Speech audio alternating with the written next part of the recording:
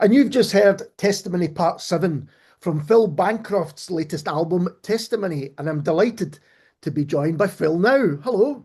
Hello, Alistair. Thanks for having me on. It's an absolute pleasure. So, what can you tell us about Testimony? Well, it's a very uh, personal, important album for me because it's the album that got me back to releasing work. I released a lot. I released a bunch of work when I was a younger guy, and then I had a kid and various other reasons pulled back from releasing work. But I was still very much working on my artistic practice and working on the saxophone and studying and teaching and playing in other people's bands and being a pretty active musician. But I started releasing my own stuff, and I moved with my wife to this new. We've got this sort of, she calls it a small holding. It's like 60-acre farm Right. with these barns in it, and there's this barn that with there's four barns in a row, and we're calling them barn one, barn two, and that got boring, so we started calling them John, Paul, George, and Ringo. And it turned out Ringo has this really sublime acoustic. So I started playing in there, and I had some gigs coming up, so I thought I would do a recording and make a video. I was just checking out the microphones and the videos and things, and I've been fixing the roof, and I've been trying to work out what I was doing as a person, as a player, and everything. And then I played this stuff, and to be honest, while I was playing it, I've got quite a well-developed inner critic that can sort of give myself a shoeing, and I was giving myself a shoeing, going, "This is nonsense. What are you doing?" But fortunately, I listened to it and then really loved it as a piece of music, and Mhm. then I felt this very strong feeling of I should try and get this out and make it available. It was the spark that led me to set up Myriad Streams, which is the streaming portal that I now have to release work on. This is I think the sixth album we've released in the last 2.5 years, Right. and it's been really joyful. Sort of, I'm 58 now, so in my mid 50s, going back to releasing work that I found difficult as a younger guy. I was quite a complicated guy to sort of beat myself up and all that sort of stuff.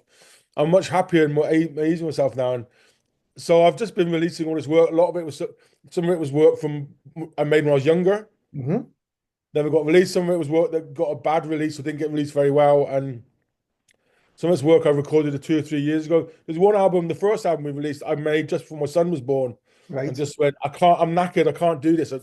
And so that was the first album released. But this one is the one that brought me back to releasing music. And it's a solo saxophone album.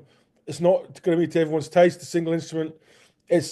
But for me, it has a sort of message and a clarity about it that I really love. So it's been a very important and personal album for me in my life and career. And as I say, we heard part 7 there, and we're going to hear part 9 later on. But as an album, do you suggest people listen to it part 1 to 9? That's the way that you intended it? It's pretty much the way I played it. And I think it has I've called it an improvised suite for solo saxophone, and I think it does work as a extended piece of music. I mean, I've I I'm a great lover of improvisation. I think improvisation is a fantastic force, and it's there in all of us. We all improvisers. We all improvise in lots of ways when we talk and when. One of the reasons I think I found performing difficult when I was younger is I didn't really understand how it worked for me, and I now talk about being strapped to this wild beast that does the good improvising. And when I was young, I thought I would study and practice and get control of everything, and that would sort of tame the wild beast and it'll be under my control. But it just made the wild beast bigger and stronger and it's more aware. And improvising has never become less scary. And now I understand that I've got to let go and let this other part of me take over to do it.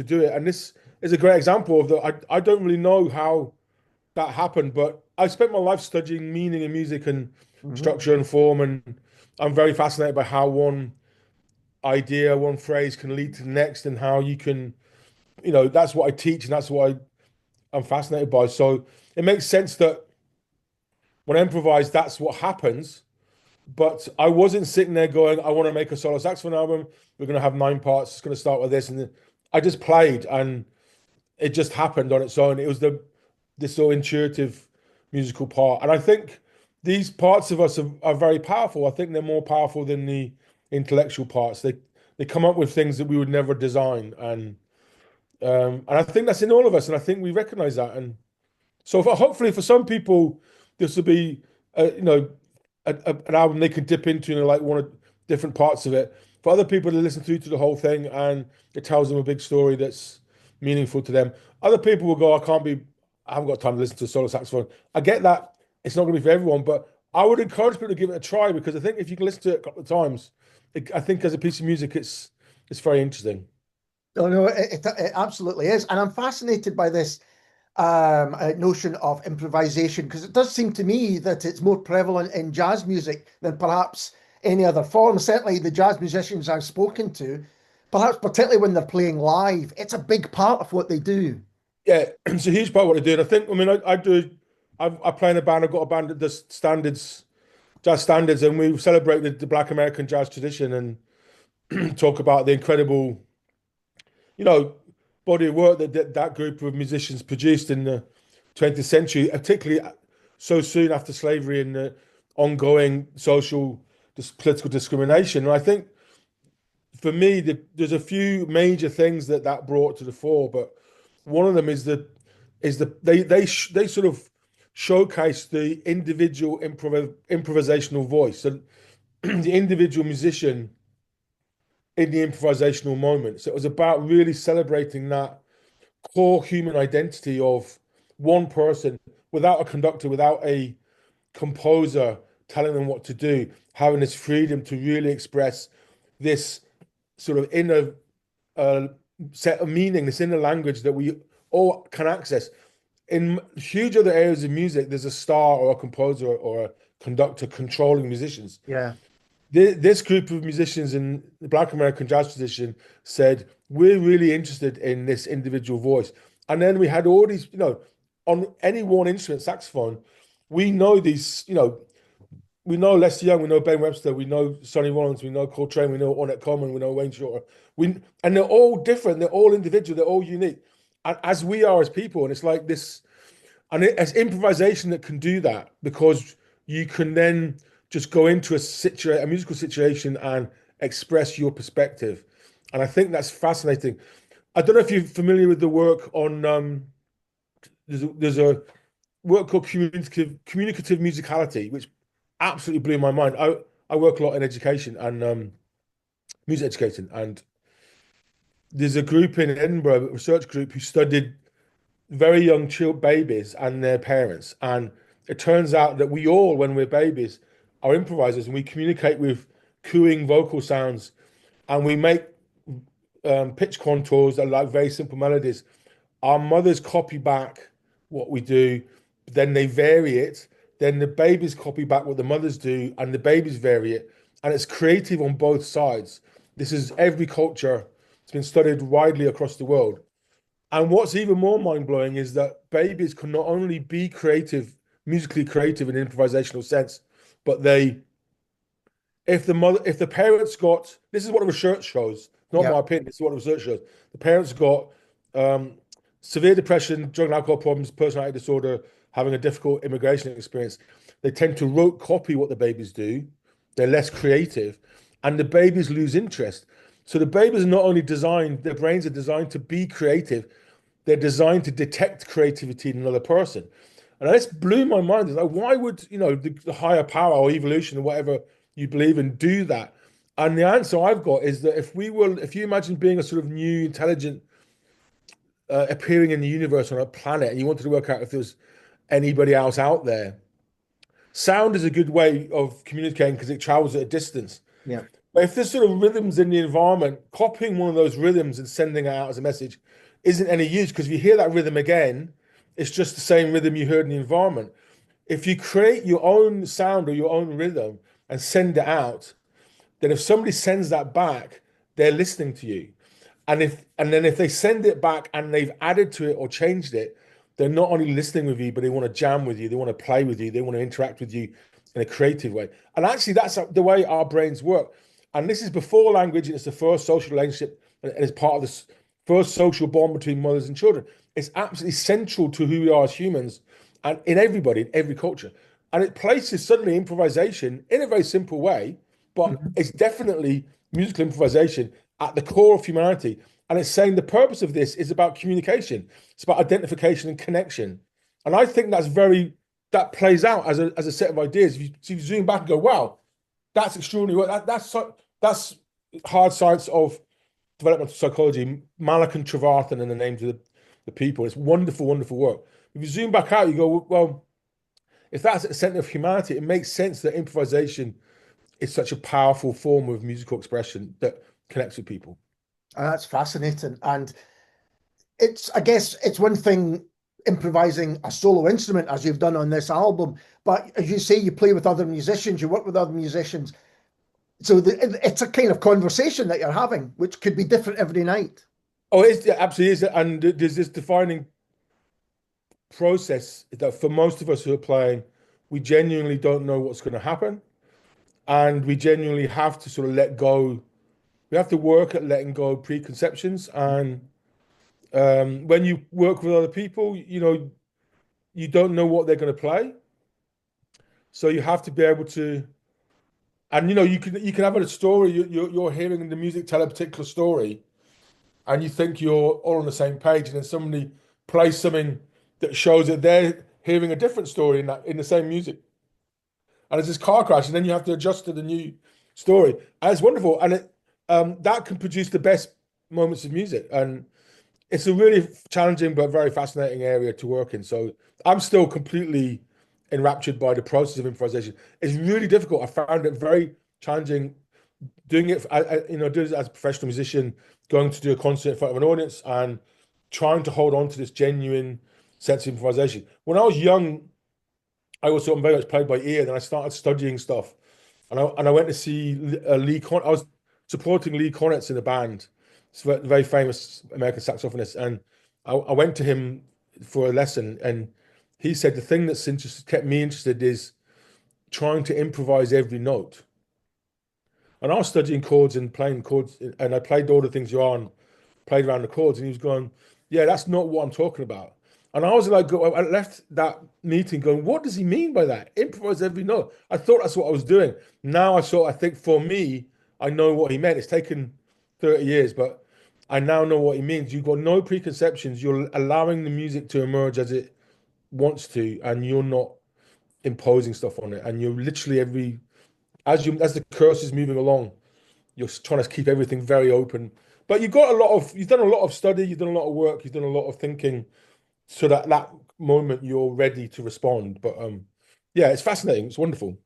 It is fascinating, and it almost reminds me of the way that some of the great painters who are impressionist or very surrealist had to learn how the rules, if you like, before they could break them. Is that something similar?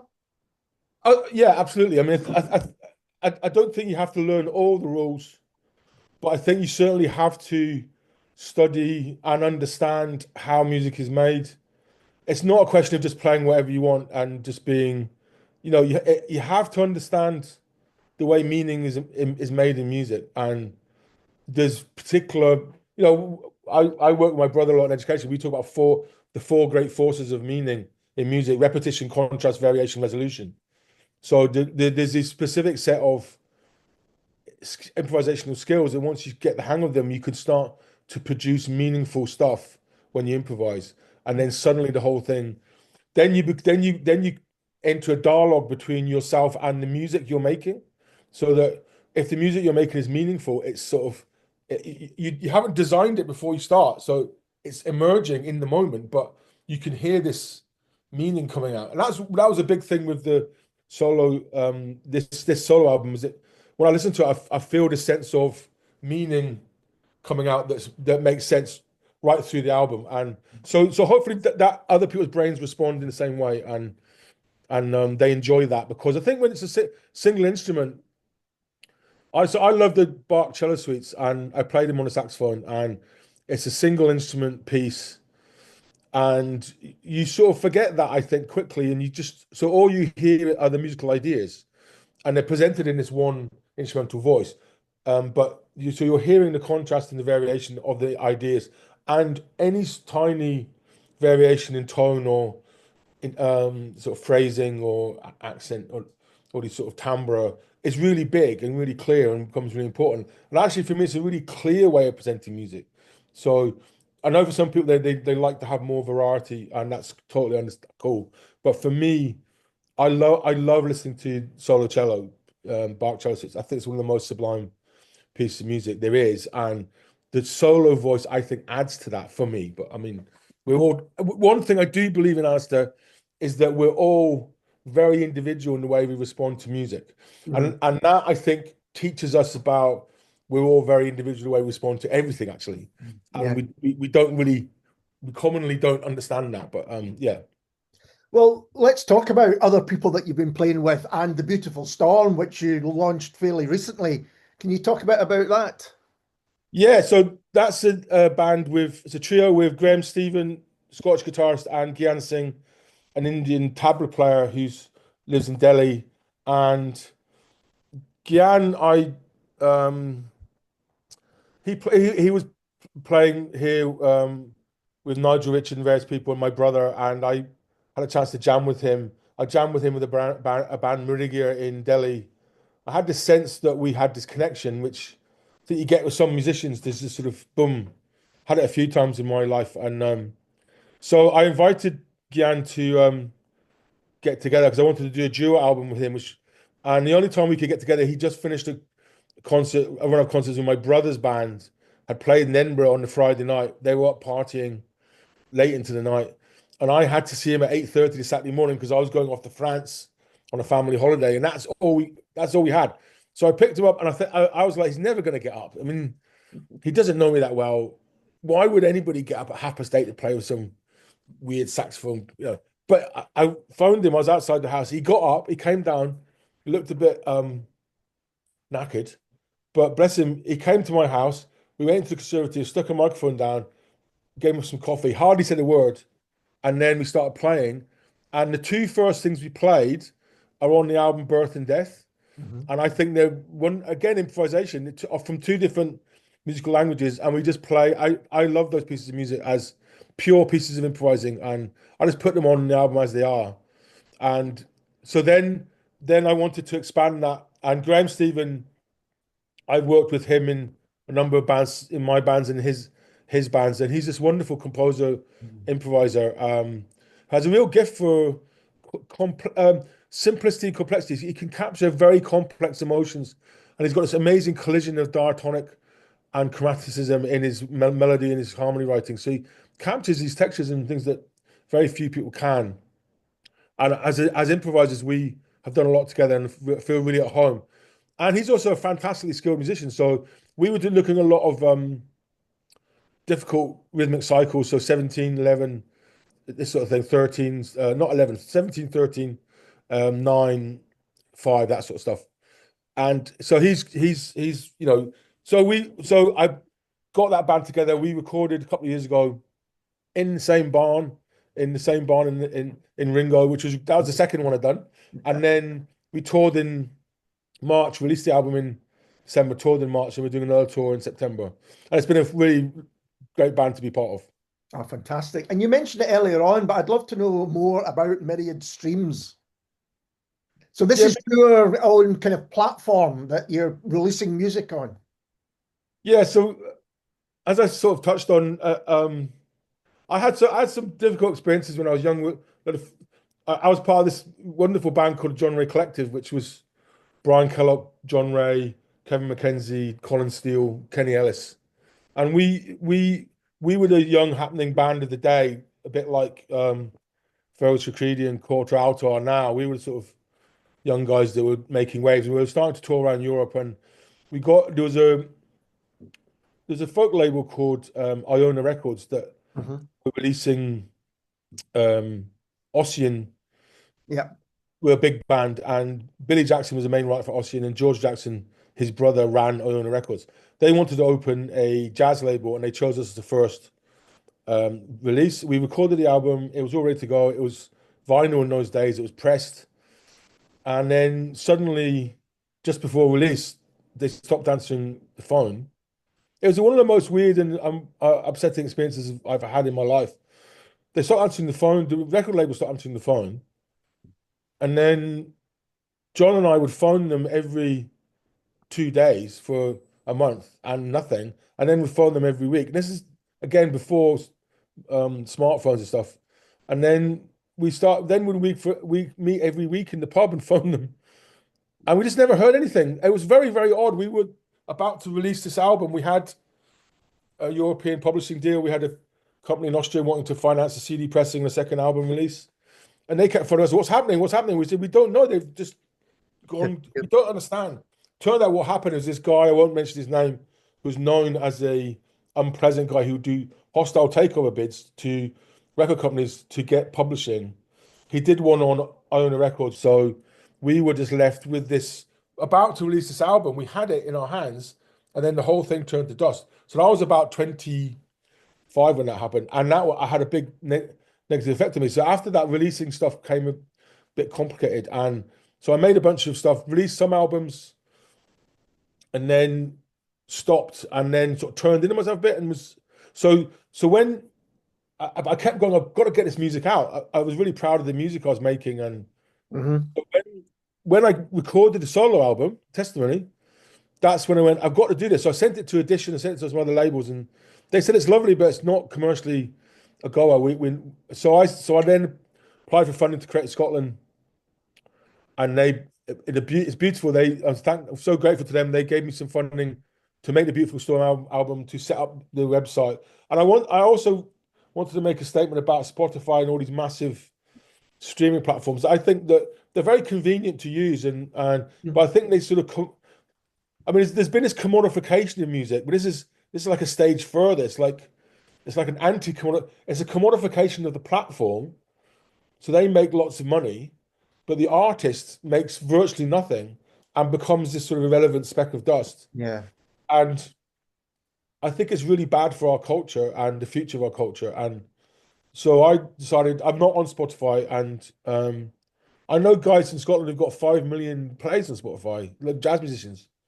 So I'm sitting there going, have you made the right decision? But I really think that in the future we're going to regret, and I think we already are with Trump, we're regretting our lives being dominated by these tech giants that are very convenient, but we're all now beholden to Amazon, to PayPal, all these massive tech giants are running our lives for us. And actually we're suddenly going, oh, is this what we want?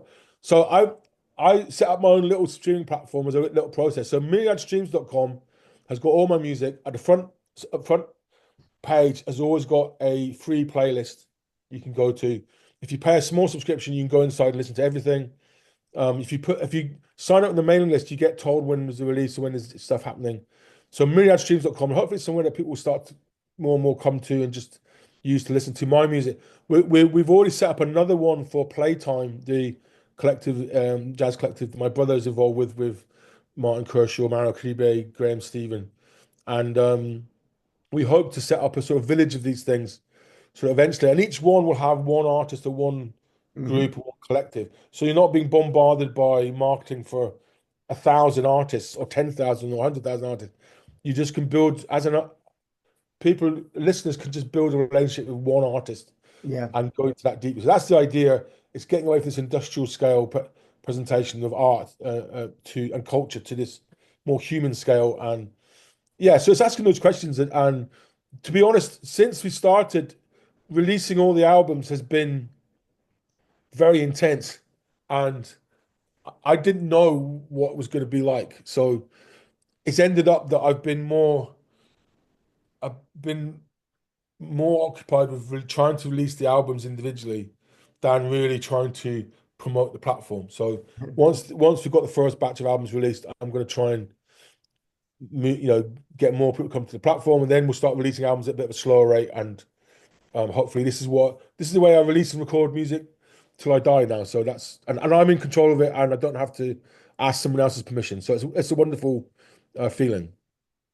Well, it's been so interesting and informative talking to you, Phil. I've really enjoyed it. Thank you so much for taking the time to do it. Thank you, Alistair. It's been a pleasure, and best luck with everything you're doing. In fact, I mean, you doing stuff like this is so important for our culture and for getting the music out there, for both for the listeners to access what's happening, and for us as musicians to be able to sort of come on a show like this and speak to someone like you is absolutely fantastic. So I massively appreciate what you do and what your show's doing, and massively appreciate the chance to talk to you and get my music out there into the world. So thank you so much. Oh, no, thank you. And thanks for those kind words. And this is Phil Bancroft and Testimony Part 9.